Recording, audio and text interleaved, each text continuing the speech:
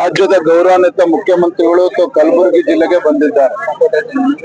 ನಾನು ಈ ಸಂದರ್ಭದಲ್ಲಿ ಗೌರವಾನ್ವಿತ ಮುಖ್ಯಮಂತ್ರಿಗಳಿಗೆ ವಿನಂತಿ ಮಾಡ್ತೇನೆ, ಈಗಾಗಲೂ ಸಹ ಅತಿವೃಷ್ಟಿಯಿಂದ ಗುಲ್ಬರ್ಗ, ಯಾದಗಿರಿ ಈ ಭಾಗದ ಜಿಲ್ಲೆಗಳಲ್ಲಿ ಹತ್ತಿ ಬೆಳೀತಕ್ಕಂಥ ರೈತರು, ಇವತ್ತು ತೊಗರಿ ಬೆಳೀತಕ್ಕಂಥ ರೈತರು, ಕೃಷಿಕರು ಇವತ್ತು ತೊಂದರೆಯಲ್ಲಿದ್ದಾರೆ.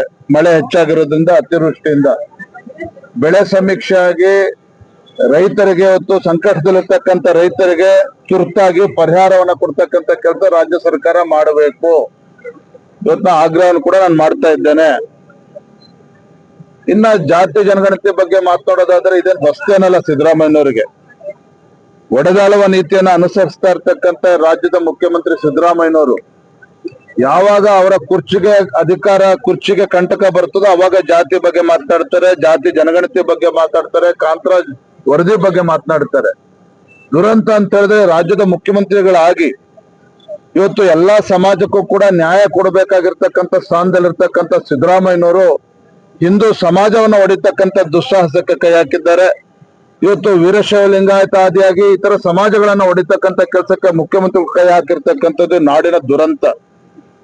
ಯಾವತ್ತೂ ಕೂಡ ಈ ರಾಜ್ಯದ ಜನ ಕ್ಷಮಿಸೋದಕ್ಕೆ ಸಾಧ್ಯ ಅಲ್ಲ. ಹಿಂದೆ ವೀರಶೈವ ಲಿಂಗಾಯತ ಪ್ರತ್ಯೇಕ ಧರ್ಮ ಅಂತೇಳಿ ಬೆಂಕಿ ಹಚ್ಚುವ ಕೆಲಸ ಮಾಡಿದ್ರು. ಈಗ ಜಾತಿ ಜನಗಣತಿ ಅಂತೇಳಿ ಇವತ್ತು ಮತ್ತೆ ಸಮಾಜಗಳ ಮಧ್ಯೆ ಬೆಂಕಿ ಹಚ್ಚುವಂತ ಕೆಲಸ ಮಾಡ್ತಾ ಇದ್ದಾರೆ. ಒಂದು ಕಡೆ ರಾಜ್ಯದಲ್ಲಿ ಅಭಿವೃದ್ಧಿ ಇಲ್ಲ, ರೈತರು ಸಂಕಷ್ಟದಲ್ಲಿದ್ದಾರೆ, ಯುವಕರಿಗೆ ಉದ್ಯೋಗ ಕೊಡೋದಕ್ಕೆ ಆಗ್ತಾ ಇಲ್ಲ. ಇದ್ರ ಮಧ್ಯೆ ಈ ವಿಷಬೀಜ ಬಿತ್ತವನ್ನ ಕೆಲಸವನ್ನ ಏನ್ ಮಾಡ್ತಾ ಇದ್ದಾರೆ, ಇದು ಖಂಡಿತ ಇದು ಸರಿಯಲ್ಲ. ರಾಜ್ಯದ ಮುಖ್ಯಮಂತ್ರಿಗಳು ಇದಕ್ಕೆ ನಾಡಿನ ಜನತೆಗೆ ನ್ಯಾಯ ಕೊಡುವಂತ ಕೆಲಸ ಮಾಡ್ಬೇಕೆ ಹೊರತು ಸಮಾಜ ಒಡೆಯುವಂತ ಕೆಲಸ ಅವ್ರು ಮಾಡಬಾರ್ದು. ಇದು ಬಿಜೆಪಿ ನಿಲುವೇನು ಸರ್? ಬಿಜೆಪಿ ಈಗ ಅವರಂತೂ ಮಾಡ್ತಾ ಇದಾರೆ ಅಂತ. ಬಿಜೆಪಿ ನಿಲುವು ಅಷ್ಟೇ ಅಲ್ಲ, ರಾಜ್ಯದ ಜನರ ನಿಲುವು ಸಹ. ಕಾಂಗ್ರೆಸ್ ಸರ್ಕಾರ ಇವತ್ತು ಸಮಾಜನ ಹೊಡೆಯತಕ್ಕಂತ ಕೆಲಸ ಕೈ ಹಾಕಿದ್ದಾರೆ ಅನ್ನೋದು ಜನಸಾಮಾನ್ಯರು ಕೂಡ ಮಾತನಾಡ್ತಾ ಇದ್ದಾರೆ. ನಮ್ಮ ನಿಲುವು ಒಂದೇನೆ, ರಾಜ್ಯದ ಜನರ ನಿಲುವು ಒಂದೇನೆ. ಮುಖ್ಯಮಂತ್ರಿ ಈ ಹಂತಕ್ಕೆ ಇಳಿದಿರ್ತಕ್ಕಂಥದ್ದು ನಾಡಿನ ದುರ್ದೈವ. ನಾನು ಇವತ್ತು ಮುಖ್ಯಮಂತ್ರಿಗಳ ಆಗ್ರಹ ಮಾಡ್ತೇನೆ, ರಾಜ್ಯ ಸರ್ಕಾರಕ್ಕೆ ಜಾತಿ ಜನಗಣತಿ ಮಾಡತಕ್ಕಂತ ಅಧಿಕಾರ ಇಲ್ಲ, ಕಾನೂನಿನಲ್ಲಿ ಅವಕಾಶ ಇಲ್ಲ. ಸಾಮಾಜಿಕ, ಆರ್ಥಿಕ, ಶೈಕ್ಷಣಿಕ ಸಮೀಕ್ಷೆನ ನೆಪದಲ್ಲಿ ಇವತ್ತು ಜಾತಿ ಜನಗಣತಿ ಮಾಡೋದಕ್ಕೆ ಹೊರಟಿರ್ತಕ್ಕಂಥದ್ದು ಖಂಡಿತ ಸರಿಯಲ್ಲ.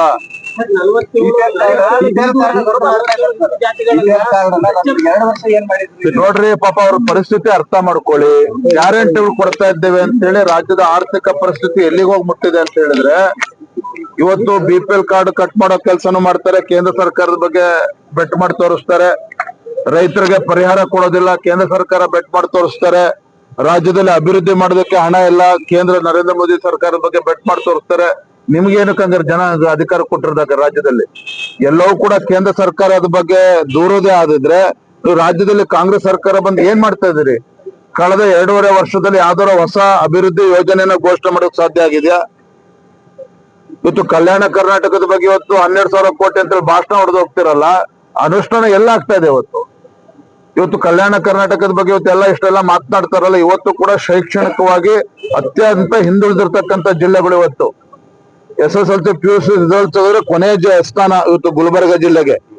ಇದಕ್ಕೆ ಉಸ್ತುವಾರಿ ಸಚಿವರು ಕೂಡ ಉತ್ತರ ಕೊಡಬೇಕಾಗುತ್ತೆ, ಶಿಕ್ಷಣ ಸಚಿವರು ಕೂಡ ಉತ್ತರ ಕೊಡಬೇಕಾಗ್ತದೆ, ಇವತ್ತು ಖರ್ಗೆ ಕುಟುಂಬದವರು ಕೂಡ ಉತ್ತರ ಕೊಡಬೇಕಾಗುತ್ತೆ. ಅವರು ಮುಖ್ಯಮಂತ್ರಿಗಳಿದ್ದಾಗ NDRF ನಾರ್ಮ್ಸ್ ಇವತ್ತು ಬಡವರು ಮನೆ ಕಳ್ಕೊಂಡಿದ್ರೆ 1 ಲಕ್ಷ ಇದ್ದಾಗ ಯಡಿಯೂರಪ್ಪನವರು ಅದಕ್ಕೆ ದುಪ್ಪಟ್ಟು ಹಣವನ್ನ ಕೊಡುವಂತ ಕೆಲಸ ಮಾಡಿದ್ರು, ಬಡವರಿಗೆ ಮನೆ ಕಟ್ಟಿಕೊಡುವಂತ ಕೆಲಸ ಮಾಡಿದ್ರು. ಅದೇ ರೀತಿ ಇವತ್ತು ರೈತರು ಇವತ್ತೇನು ಬೆಳೆ ನಾಶ ಆದಾಗ ಅದಕ್ಕೂ ಕೂಡ ಇವತ್ತು NDRF ನಾರ್ಮ್ಸ್ ಏನಿದೆ, ರಾಜ್ಯ ಸರ್ಕಾರ ಯಡಿಯೂರಪ್ಪ ಮುಖ್ಯಮಂತ್ರಿ ಇದ್ದಾಗ, ಬಿಜೆಪಿ ಸರ್ಕಾರ ಇದ್ದಾಗ ರಾಜ್ಯ ಸರ್ಕಾರವು ಕೂಡ ಅದಕ್ಕೆ ದುಪ್ಪಟ್ಟು ಪರಿಹಾರವನ್ನು ಕೊಡುವಂತ ಕೆಲಸ ಮಾಡಿದ್ರು. ಈಗಲಾದ್ರೂ ಕೂಡ ಎಚ್ಚೆತ್ತುಕೊಂಡು ಸಿದ್ದರಾಮಯ್ಯನವರು ಸಂಕಷ್ಟದಲ್ಲಿರ್ತಕ್ಕಂಥ ರೈತರು ಬೆಳೆದಂತ ಬೆಳೆ ಇವತ್ತು ಕೈಗೆ ಸಿಕ್ಕಿಲ್ಲ, ಕೈಗೆ ಬಂದು ತುತ್ತು ಬಾಯಿಗೆ ಬಂದಿಲ್ಲ, ರೈತರು ಬೀದಿಗಿಳಿದಿದ್ದಾರೆ. ಇವತ್ತು ಇಂತಹ ಕ್ಲಿಷ್ಟಕರ ಸಂದರ್ಭದಲ್ಲಿ ರೈತನ ಒಂದು ಸಂಕಷ್ಟಕ್ಕೆ ಸ್ಪಂದನೆ ಮಾಡಬೇಕಾಗಿರ್ತಕ್ಕಂಥದ್ದು ರಾಜ್ಯ ಸರ್ಕಾರದ ಕರ್ತವ್ಯ. ಆ ಕೆಲಸವನ್ನ ರಾಜ್ಯದ ಕ್ಷಣ ಕ್ಷಣದ ಸುದ್ದಿಗಳಿಗಾಗಿ ಫ್ರೀಡಂ ಟಿವಿ ಸಬ್ಸ್ಕ್ರೈಬ್ ಮಾಡಿ, ಲೈಕ್ ಮಾಡಿ ಹಾಗೂ ಫಾಲೋ ಮಾಡಿ. ಹೊಸ ಸುದ್ದಿಗಳ ನೋಟಿಫಿಕೇಶನ್ಗಾಗಿ ಬೆಲ್ ಐಕಾನ್ ಮೇಲೆ ಕ್ಲಿಕ್ ಮಾಡಿ.